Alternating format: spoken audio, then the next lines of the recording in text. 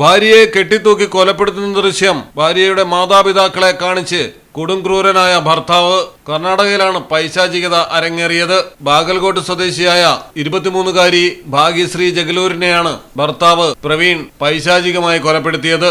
ഭാര്യയ്ക്ക് വിവേകേതര ബന്ധമുണ്ടെന്ന സംശയമാണ് പ്രതിയെ ഈ പാതകത്തിലേക്ക് നയിച്ചത്. ഇവർ താമസിക്കുന്ന ഗലഗലി ഗ്രാമത്തിലെ വീട്ടിൽ വെച്ച് മരക്കഷ്ണം കൊണ്ട് മർദ്ദിച്ചവശയാക്കിയ ശേഷമാണ് പ്രവീൺ ഭാഗ്യശ്രീയെ വീടിന്റെ ഉത്തരത്തിൽ കെട്ടിത്തൂക്കിയത്. ശ്വാസം കിട്ടാതെ യുവതി പിടയുന്നത് വീഡിയോ കോളിലൂടെ ഭാഗ്യശ്രീയുടെ മാതാപിതാക്കളെ പ്രതി കാണിക്കുകയും ചെയ്തു. തുടർന്ന് ദൃശ്യങ്ങൾ സുഹൃത്തുക്കൾക്കും കുടുംബാംഗങ്ങൾക്കും അയച്ചു നൽകി.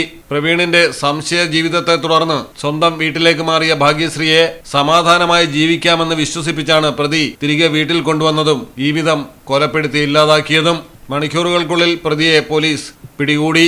News desk Malayalam television. പവൻ ഗോൾഡ് തിരൂർ.